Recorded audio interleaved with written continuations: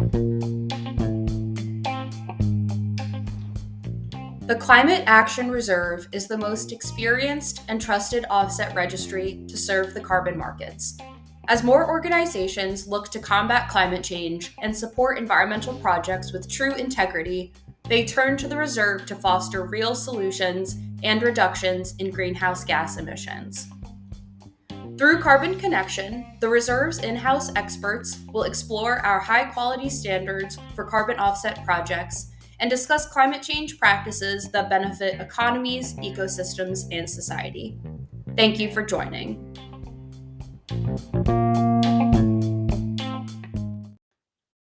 Hi, my name is Lauren Wilson, and welcome to our next episode of Carbon Connection, hosted by Climate Action Reserve. Today, we are speaking with our in-house expert, Holly Davison, on our ozone-depleting substances protocol.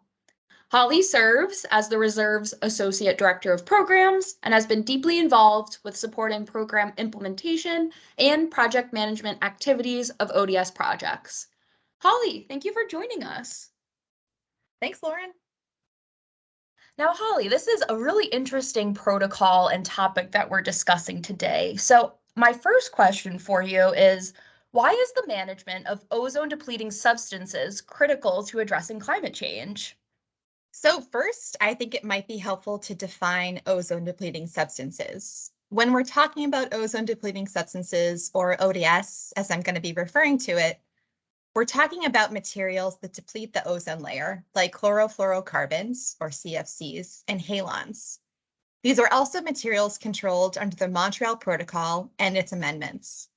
These are in things we use every day, like refrigerators, air conditioning units, and in foam insulation in buildings. So one of the reasons why the management of ODS is critical to addressing climate change is that the global warming potential of these materials is enormous. All eligible ODS under the compliance protocol, which is what we'll be talking about today, whether it's refrigerant sources or foam sources, have GWPs into the thousands and even 10,000s. For example, CFC 13 has a GWP of 14,400. Just for some comparison's sake, methane's GWP is 28.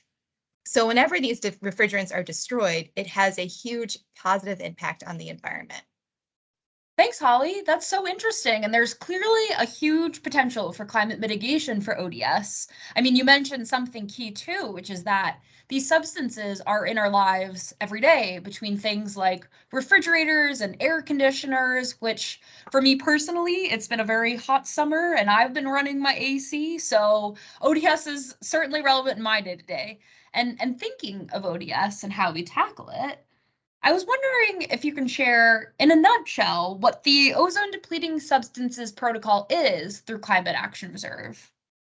So all of our current US ODS projects are reporting under the Air Resources Board ODS protocol, which is one of their 6 eligible protocol types under their compliance offsets program under their cap and trade program.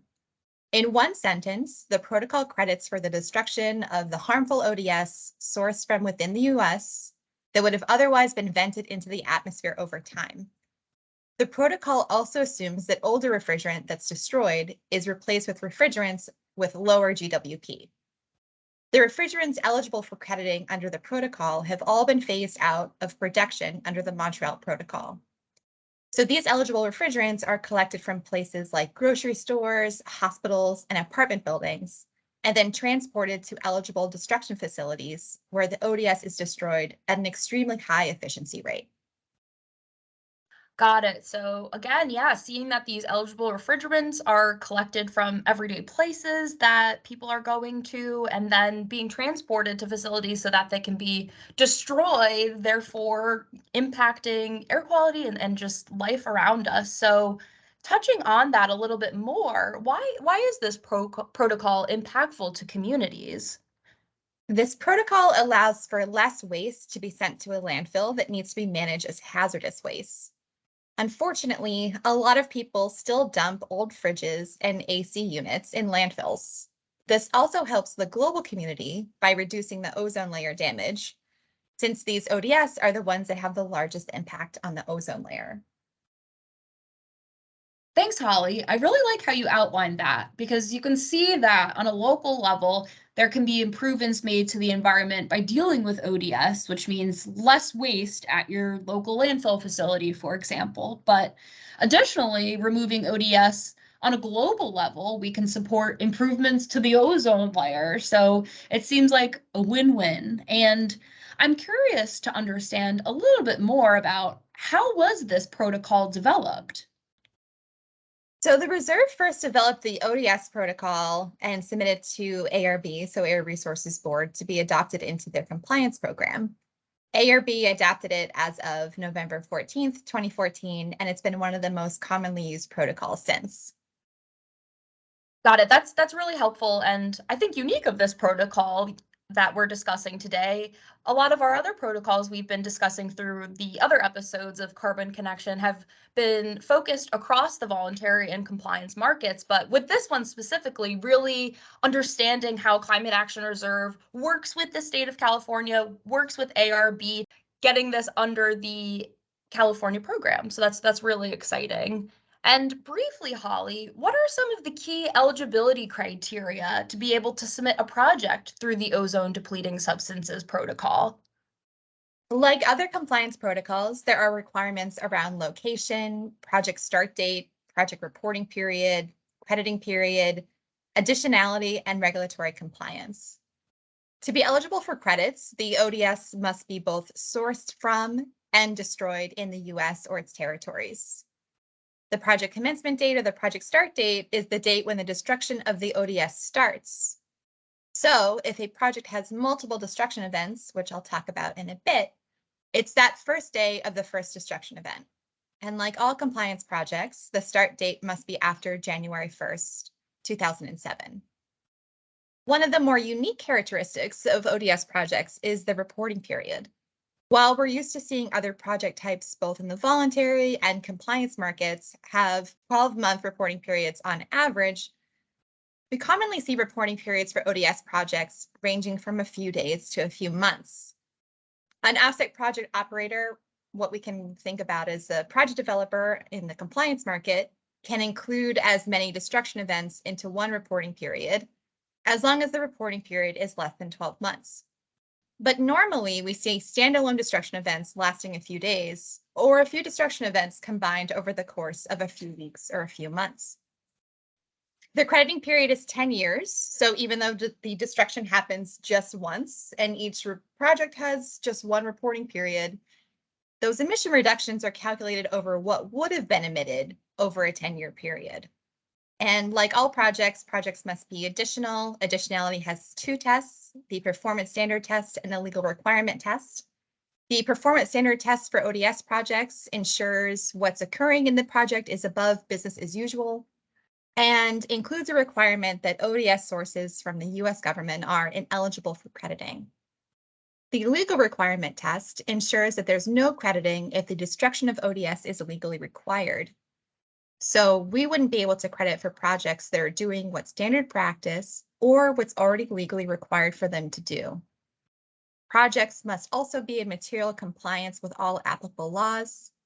And for ODS projects, this applies to all steps in the process, including collecting, storing, transporting, mixing, and destroying the ODS. Another important component of eligibility for ODS projects that makes it really unique is that only a certain number of refrigerants are eligible for destruction, as well as those foam sources I mentioned. ODS projects have a lot of requirements around documentation as well. We care a lot about the tracking of the movement or the chain of custody of the ODS and the destruction of the material. So whenever there's ODS destroyed, there needs to be clear tracking on what the material is, where it came from, how it got from point A to point Z, and a certificate of destruction that lists the offset project operator. So again, that's the project developer, language under the compliance protocol, the destruction facility, the weight and type of refrigerant destroyed, and the dates that that destruction happened. Thank you, Holly. That's really helpful. You've been super concise on how organizations and people can sign up to projects and really understand from A to Z how people can participate in this program and know everything that needs to be set up before being able to sign up to a project. So that's all really, really helpful. And as part of all climate action reserve programming, an important attribute is permanence. So with ODS projects, how do we ensure permanence of greenhouse gas reductions? Fortunately, once the refrigerants are destroyed, they're destroyed. And the technology used to destroy the refrigerants is extremely high as 99.99% efficient. Additionally, the way the credits are quantified also speak to the permanence of the project activity. We assume that substitute refrigerants that replace the refrigerants that are destroyed will leak at a certain rate over the 10-year crediting period. And this is quantified in the project emissions. That provides another level of conservativeness. Got it. So yeah, there's that twofold that refrigerants are destroyed, they're destroyed, which is highly efficient using the technologies to destroy the refrigerants, and then also including conservativeness to assure that when leaking happens, we're making sure that credits aren't being distributed for that leakage. So that's really, really helpful. And for ODS projects, what is the typical timeline that organizations could anticipate? And that depends on a lot of factors. The protocol involves the collection of ODS around the country, aggregating of that ODS, the destruction of that ODS itself. So depending on where it's sourced, the offset project operator could spend months gathering the ODS to be destroyed. Once the ODS is at the destruction facility, it depends on the facility and the system there. Most of the destruction facilities OPOs work with are well established and are very familiar with the procedures and requirements. Additionally, destruction events happen over the course of a few days. Some offset project operators prefer to include multiple destruction events in one reporting period, as I mentioned, as long as that reporting period doesn't exceed 1 year. These experienced project developers can accomplish these processes very efficiently. And once the material is destroyed, the verification process is relatively quick as well. Once the project is listed, we typically see credits issued within 3 to 6 months. That's really exciting, and I think unique of this protocol specifically is that organizations are able to come to Climate Action Reserve and see that they have specific ODS projects and actually acquire credits within 3 to 6 months is pretty exciting. So on that note, who will use this protocol to develop carbon offset projects? And also, who are interested in purchasing the credits? In terms of who is going to use this protocol, because of the numerous activities that need to take place to smoothly run a project and destroy the ODS, we see the projects from experienced offset project operators from the industry. In terms of who will purchase the credits, because this is a compliance protocol, many of the interested buyers of the credits are entity filling their compliance obligations because these offset credits are compliance instruments and can be used to do that. I will also note that these projects produce higher volumes of credits compared to other project types. It could be upwards of hundreds of thousands per year, depending on how many projects the OPO undertakes. That's awesome. That really seems like a win-win in that credits can be issued fairly quickly within 3 to 6 months in some cases, but also that with ODS projects, there could be upwards of hundreds of thousands per year. So that's really exciting. And Holly, thank you so much for taking the time to walk us through this protocol today. And I really lastly want to end with what's one question you wish I would have asked you, and how would you have answered regarding ODS? One of the really interesting parts of these projects is the destruction facility itself. I've had the opportunity to tour one during an audit, and it's a really impressive system. Plus the sheer scale of the facilities, the technology used, even down to the scale that's used to weigh the ODS before and after destruction is impressive.